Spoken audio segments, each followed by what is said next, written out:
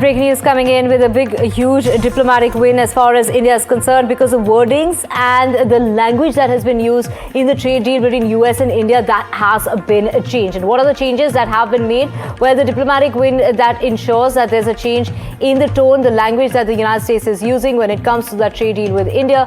As far as the $500 billion US dollar purchase on American products, that was a word, that was commitment that was used earlier. Now that has been changed to intention. Now, agriculture word has also been dropped, and this is a big assurance when it comes to Indian farmers. My colleague Aditya Rajkol is joining us. Aditya, the language change is really something that is a big win when it comes to the trade deal, and especially when it comes to the opposition really hitting out at the central government in regard to this trade deal. And now there are certain tweaks and changes that are being made. Well, certainly it's a big development coming in, a major diplomatic win for India. There have been at least three major changes that the language of the US-India trade deal fact sheet has seen. This has quietly been done by the United States. A fact sheet was released a few hours ago in which the historic trade deal details are mentioned. The wording references have been changed related to the $500 billion purchase commitment. The word commitment has been changed to India intends.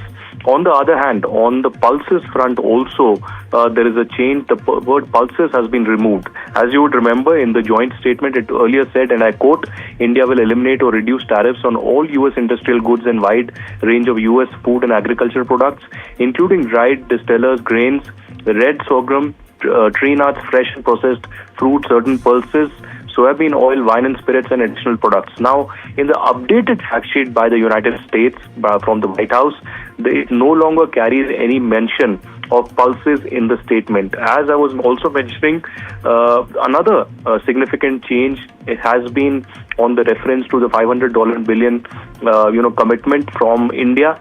The word commitment has been changed to India intends. So this is certainly a big development coming at this hour. We have also learning from top MES sources that the word agriculture has been removed, and this is a major reference and also a major commitment that India had given. Several ministers in the Indian government, including Piyush Goyal and Shivraj Singh Chauhan and S. Jaishankar, had spoken and said that it's intent to safeguard the interests of the Indian farmers and the dairy industry. And that commitment has been fulfilled now, and this is a major assurance that is coming for the Indian farmers. Right. Initially, what was being sought as India was committed to buying more American products and purchasing over $500 billion US dollars of whether it was energy, information, communication technology, agriculture, coal, and other products. Now that wording has been changed. So, Aditya, when you talk about that India is not committed, but India intends to buy, how much has changed in this one word? Well, it's a huge difference because commitment means that India needs to fulfill it in a span of 5 years or whatever the commitment timeline really is.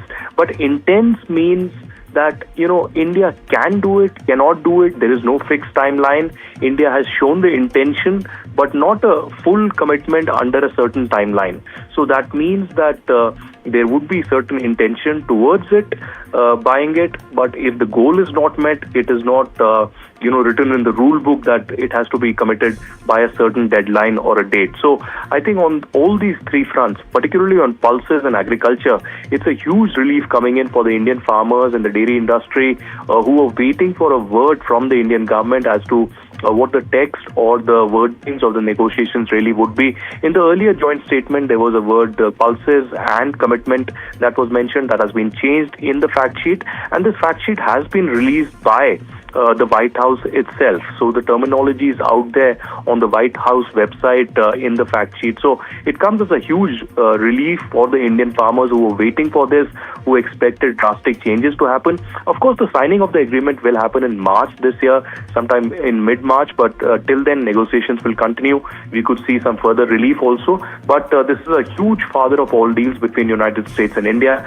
And now with a change in the terminology, it's a big relief for several sectors in the country. Absolutely, Aditya, especially the farmers, and this is something that the opposition has been raking up and saying that it's not beneficial to the farmers as far as the trade deal is concerned. Thank you, Aditya Rajkol. We will keep coming back to you for more on that.